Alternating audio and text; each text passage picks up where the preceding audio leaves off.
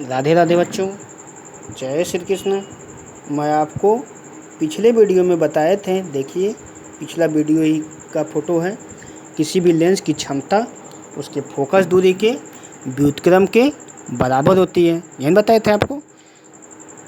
किसी भी लेंस की क्षमता उसके फोकस दूरी के व्युत्क्रम के बराबर होती है, जबकि लेंस की फोकस दूरी मीटर में मापी गई हो। बताए थे आपको यही चीज़। लेंस की क्षमता का मात्रक क्या होता है? एक डायोप्टर होता है। ये आपको पिछले वीडियो में बता चुका हूँ। रेखीय आवर्धन भी बताया हूँ। देखिए रेखीय आवर्धन भी उस दिन बताए थे कि किसी भी लेंस का रेखीय आवर्धन क्या होता है, उसके द्वारा बने हुए प्रतिबिंब की लंबाई और वस्तु की लंबाई के अनुपात को रेखीय आवर्धन कहते हैं। इसे यम से प्रकट करते हैं। यम बराबर आई बटा ओ होता है। इसको भी और यू के पदों में लिखें तो यम बराबर भी बटा यू भी लिख सकते हैं। मतलब यम बराबर आई बटे ओ भी होता है, भी बटा यू भी होता है ना। आज मैं आपको बताने जा रहा हूँ, दो लेंस पतले पतले लेंस हैं। दोनों लेंसों को अगर सटा के रखा गया है, सटा के बहुत ही कम दूरी पर सटा कर रखा गया है,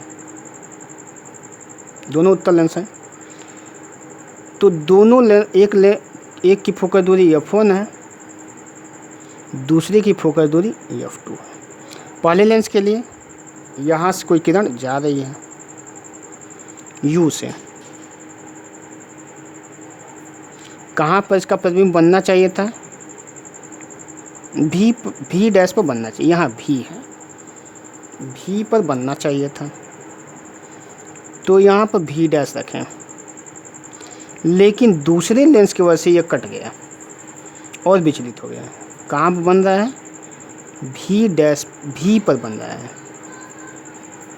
भी पर बन रहा है। सही। तो प्रथम लेंस की फोकस दूरी वाले समीकरण से क्या होगा? 1/f1 बराबर 1/v डैश माइनस 1/u। प्रथम लेंस के लिए,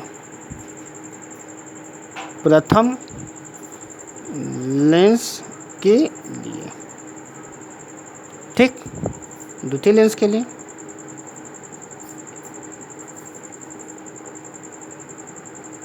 क्या होगा?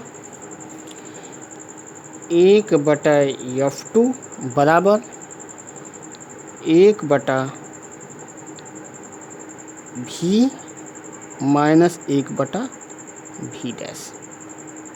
मतलब दूसरे लेंस के लिए जो v डैश है, यह इसके लिए दूसरे लेंस के लिए u का काम कर रहा है कि नहीं? तो दूसरे लेंस के लिए v डैश u जो है v डैश का काम कर रहा है। अब दोनों को जोड़ दिया जाए समीकरण, और चाहे तो ऐसे देखा जाए, यदि देखिए यह बहुत पतला पतला है, इसलिए v डैश और यहाँ से यहाँ तक की v, यह दोनों को मैं लगभग दोनों बराबर रख दिया गया। यह जो थोड़ी सी देखिए दूरी बढ़ रही है, यह दूरी थोड़ी सी बढ़ेगी, इसको नगण्य ले लिए हैं। नहीं तो ये देखिए यह छोटी सी दूरी कट जाएगी ना इसके लिए, है ना। तो पतली, इसीलिए मैं पहले बता चुका हूँ कि पतले लेंस के लिए जो दो पतले लेंस अगर सटे हों तो उनकी संयुक्त फोकस दूरी कितना होगा। मान लीजिए यदि संयुक्त फोकस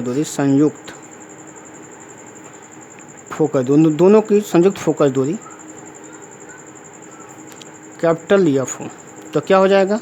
लेंस के सूत्र से 1/f बराबर 1/v माइनस 1/u। अगर मान लीजिए कि दोनों एक ही लेंस हो रहा होता तो u पर वस्तु रखी गई और v पर प्रतिबिंब बन रहा है ना। ये समीकरण नंबर 3 हो गया। समीकरण 1 और 2 को जोड़ा जाए। समीकरण 1 और 2 को जोड़ने पर क्या होगा? क्या बनेगा? समीकरण 1 और 2 को जोड़े तो 1/f1 प्लस 1/f2 बराबर 1/v dash minus 1/u plus 1/v minus 1/v dash. v dash से v डैश कट गया, माइनस में एक प्लस में है, कट गया, क्या निकल के रहेगा 1/v माइनस 1/u। समीकरण 3 से, समीकरण 3 देखिए 1/v माइनस 1/u बराबर 1/f और संयुक्त फोकस दूरी, तो यहाँ कितना लिख सकते हैं 1/f, यानी 1/f1 प्लस 1/f2 बराबर संयुक्त लेंस की फोकस दूरी के बराबर होगा। मतलब दोनों लेंसों की फोकस दूरी का व्युत्क्रमों का योग संयुक्त फोकस दूरी के व्युत्क्रम के बराबर होता है। दोनों लेंसों के फोकस दूरी का व्युत्क्रमों का योग संयुक्त लेंस की फोकस दूरी के व्युत्क्रम के बराबर होता है। सही। अब यहाँ पर 1/f1 जो फोकस दूरी का सूत्र था, अगर प्रथम लेंस की फोकस दूरी P1 है और क्षमता P1 है और दूसरे की क्षमता P2 है, संयुक्त क्षमता P है, तो प्रथम लेंस की क्षमता और द्वितीय लेंस की क्षमता का योग, दोनों की क्षमताओं का योग संयुक्त लेंस की क्षमता होगी। सही। मतलब ये सूत्र मैं ऊपर बता दिया हूँ कि संपर्क में रखें दो लेंसों की संयुक्त फोकस दूरी है, संयुक्त फोकस दूरी है। संपर्क में रखें दो लेंसों की संयुक्त फोकस दूरी का सूत्र क्या होता है, प्रथम लेंस की फोकस दूरी f1, दूसरे लेंस की फोकस दूरी f2 है, तो 1/f1 प्लस, है ना, 1/f1 प्लस, सब दिखाई दे रही है, 1/f1 प्लस 1/f2 बराबर 1/f होता है। सही। ठीक। देखिए ये सूत्र मैं बता चुका हूँ। अगला, अगर एक अवतल एक उत्तल हो तब कितना हो जाएगा, तो वही बात है, यदि उत्तल की फोकस दूरी प्लस f1 तथा अवतल की फोकस दूरी माइनस f2 है, तब कितना हो जाएगा, मैंने अवतल उत्तल दोनों को सटा कर रखा गया है चिपका कर, तब कितना होगा 1/f1 माइनस 1/f2 बराबर 1/ संयुक्त लेंस की फोकस। मतलब जहाँ प्लस है वहाँ क्या हो जाएगा माइनस, यह उत्तल लेंस के लिए है और यह अवतल लेंस के लिए है। ठीक। बराबर 1/f। सही। मतलब एक अगर अवतल हो दूसरा उत्तल हो तब उसके लिए सूत्र ये होगा, और दोनों अगर उत्तल हो तो इसके लिए होगा, है ना। राधे राधे बच्चों, जय श्री कृष्ण। ठीक। मैं आज आपको बताने जा रहा हूँ विस्थापन विधि द्वारा उत्तल लेंस की फोकस दूरी ज्ञात करना। विस्थापन विधि द्वारा उत्तल लेंस की फोकस दूरी ज्ञात करना। ठीक। देखिए, अगर वस्तु, ये प्रयोगात्मक परीक्षा में यह होता है, अगर वस्तु ये है, मान लीजिए ये वस्तु है और यहाँ पर कोई उत्तल लेंस है, फोकस दूरी से थोड़ा ज़्यादा है इसकी, यहाँ पर उत्तल लेंस है, यह है उत्तल लेंस। ठीक। यहाँ से अगर इसकी प्रकाश किरण गई तो कहाँ काटेगी,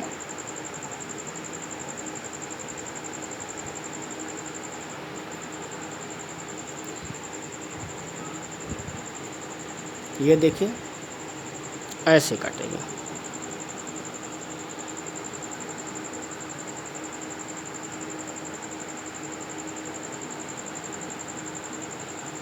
कहाँ पर भी बनेगा, यहाँ पर।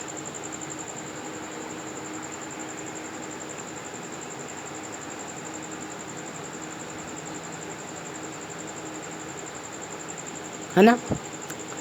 इसी तरह से अगर उत्तल लेंस को खिसका करके यहाँ कर दिया जाए, इधर एक बार फिर लिया जाए, एक बार और खिसकाया जाए, इसको इस यहाँ से खिसका करके यहाँ ले आया जाए, तो देखिए एक बार फिर लेंस को खिसका करके विस्थापित कर दिए करके यहाँ पर रखा जाए, फिर प्रतिबिंब बने। माने वस्तु और प्रतिबिंब को स्थिति माने बदले ना, वस्तु को स्थिति और प्रतिबिंब की स्थिति न बदलें, केवल किसको बदल दिया जाए, लेंस को अपने स्थान से दूसरे स्थान पर रख दें। तब देखिए प्रतिबिंब क्या होगा, ये फोकस है,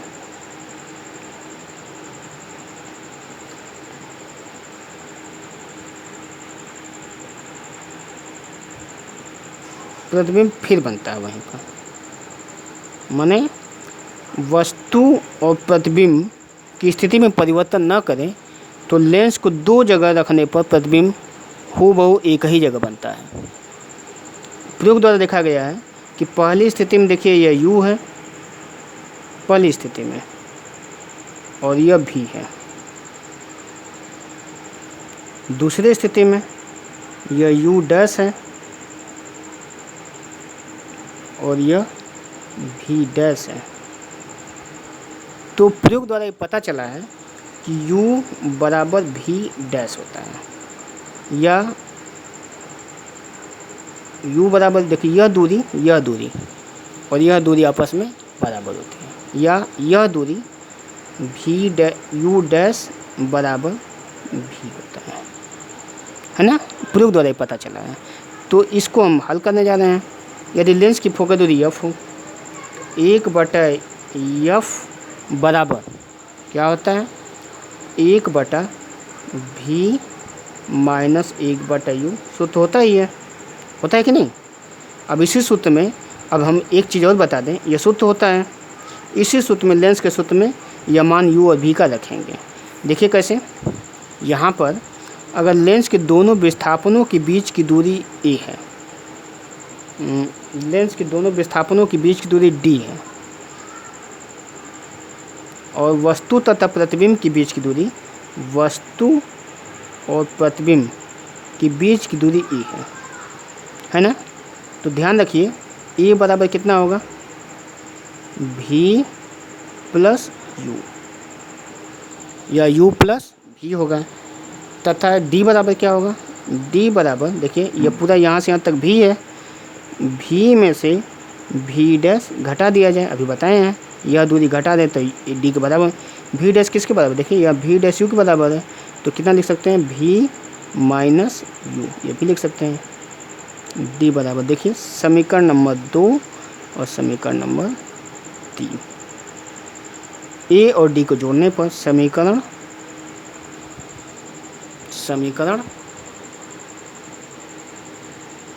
यह देखिए समीकरण 2 और 3 को जोड़ने पर सही जोड़ देते क्या होगा, A प्लस D बराबर U प्लस V, अब V माइनस U से U कट जाएगा है ना, कितना हो जाएगा 2V हो गया, यानी V बराबर A प्लस D बटा 2 है ना। ये हो गया V का मान। इसी तरह से समीकरण 2 में समीकरण 3 घटाने पर क्या होगा, E minus D U plus V minus V plus U, अब V से भी अब की बार कटेगा, 2U A माइनस D हो गया, U बराबर A माइनस D बटा 2 है कि नहीं, U बराबर A माइनस D बटा 2 हो गया। अब U का मान और V का मान दोनों उठाकर इसमें रख दिया जाए, जो पहला वाला सूत्र बताए थे उसी में U प्लस V का मान उठा के रख दिया। देखिए यह U का V का मान जो आया हुआ और U का मान जो आया हुआ उसको उठा के इसमें रख दिया। देखिए रखने जा रहे हैं, क्या होगा, रख रहे हैं 1/F, V जगह क्या हो जाएगा 1/A प्लस D पूरा 1/2 माइनस 1/A माइनस D बटा U। अब देखो क्या होगी, 2 को ऊपर ले जाएंगे क्योंकि बटे 2 दोनों में है, 2 को ऊपर ले जाएंगे। इसके साथ u को हमेशा माइनस में रखा जाता है, ये भी ध्यान रखने वाली बात है। यहीं पर थोड़ा सा फॉल्ट हो जाएगा तो गलत हो जाएगा। ये माइनस में रखेंगे तो माइनस माइनस प्लस, u को माइनस में रखा जाता है तो माइनस माइनस प्लस हो जाएगा, 2 ऊपर चला गया, a प्लस डी और प्लस 2 बटा a माइनस डी हो गया। ये देखिए 2 को कॉमन निकाल लें, क्या हो जाएगा, 1 बटा a प्लस डी, 1 बटा a minus D, 2 a minus D plus a plus D, पूरक बटा इसका गुणा इसमें करेंगे, a square minus D square. यहाँ देखिए d से d कट गया, 2a आ जाएगा, 2 और a गुणे 2 बराबर 4a, a square minus D square, यह बराबर a square minus D square बटा 4a। यह है आपके विस्थापन विधि द्वारा फोकस दूरी ज्ञात करने की विधि। यह फोकस दूरी, उत्तल लेंस की फोकस दूरी कितना आएगा, यह बराबर a square minus D square बटा 4a। ए क्या चीज़ है, ए है वस्तु और प्रतिबिंब के बीच की दूरी, और डी क्या चीज़ है, लेंस के दोनों विस्थापनों के बीच की दूरी, है ना। इसका मतलब कि वस्तु और प्रतिबिंब, देखिए d का मान अगर शून्य रखेंगे, मतलब d को अगर शून्य किया जाए तो d को जैसे शून्य करेंगे तो a स्क्वायर बटा 4a हो जाएगा। मतलब a का मान, जो यहाँ से यहाँ तक दूरी है, a का मान, d का मान बहुत छोटा अगर करेंगे तब, ठीक, a का मान 4a के बराबर आता है। मतलब a जो है निश्चित है कि 4 गुने, मतलब लेंस की फोकस दूरी के 4 गुने से अधिक होना चाहिए, तभी जाके ये हो पाएगा। यह विस्थापन विधि का प्रयोग तब होता है जब वस्तु और प्रतिबिंब के बीच की दूरी लेंस की फोकस दूरी के 4 गुने से अधिक हो, लेंस की फोकस दूरी के 4 गुने से अधिक हो, तभी यह सूत्र बन पाता है ना। देखिए इसको अगर और भी हम और कायदे से समझाएं इसी चीज़ को, तो यह देखिए यदि d का मान, यदि d शून्य हो, ठीक, तो जब शून्य तो हो नहीं सकता है, d का मान शून्य से कम तो हो ही नहीं सकता है, तो शून्य दिया जाए। शून्य मतलब बहुत कम, यानी शून्य कर दें तो क्या हो जाएगा, a square minus D square बराबर 4af, ऐसे हो सकता है ना। d का मान देखिए शून्य हो तो कितना हो जाएगा, a स्क्वायर बराबर 4af हो जाएगा, a से कट जाएगा, a बराबर 4af, है कि नहीं। मतलब d का मान शून्य जब होगा तो a का मान कितना होगा, 4a होगा, यानी d से तो शून्य हो ही नहीं सकता है, d का मान शून्य से कम मतलब ऋणात्मक नहीं हो सकता है। इसका मतलब a का मान हमेशा लेंस की फोकस दूरी के 4 गुने से अधिक होना चाहिए, तभी जाकर ये प्रयोग संभव है, अन्यथा प्रयोग हो नहीं पाएगा, सही ना। d शून्य हो सकता है, शून्य से कम हो ही नहीं सकता है, ठीक। तो इसका मतलब उत्तल लेंस द्वारा विस्थापन विधि के प्रयोग में वस्तु और प्रतिबिंब के बीच की दूरी लेंस की फोकस दूरी के 4 गुने से अधिक होना निश्चित है। अब एक चीज़ और बता दें, इसमें एक और छोटा चीज़ छूट जा रहा है, उसको भी बता दे रहे हैं।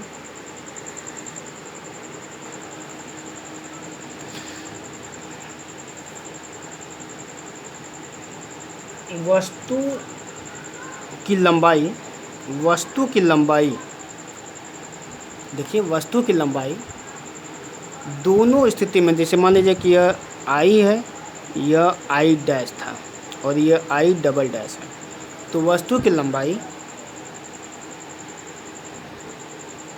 पहली बार प्रतिबिंब की लंबाई और दूसरी बार प्रतिबिंब की लंबाई की गुणोत्तर माध्य के बराबर होती है। वस्तु की लंबाई दोनों स्थिति में प्रतिबिंब की लंबाइयों के गुणोत्तर माध्य के बराबर होती है। ओ डैश बराबर करने में आई डैश गुणे आई डबल डैश। इस पर भी सवाल आते हैं। सही, तो हमारी वीडियो को आप देखते रहिए, सब्सक्राइब भी करते रहिए। आगे वीडियो हम आपको फिर डालेंगे। लेंस से संबंधित यह पार्ट यहीं पर इंटर में समाप्त हो जाता है। इस पर आधारित बहुत सारे सवाल हैं, आप बैठ कर के सवाल लगाइएगा। हमको व्हाट्सएप पर आप जो सवाल नहीं लगेगा उसको भेजिएगा, किताब कहीं न कहीं से व्यवस्था कर लीजिए। लॉकडाउन में आप घर पर रहिए, ईमानदारी से पढ़िए, अगले साल आप परीक्षा दें। ठीक, राधे राधे, जय कृष्ण। लॉकडाउन में ज़्यादा घूमने की कोशिश मत कीजिएगा, है ना। राधे राधे, जय श्री कृष्ण।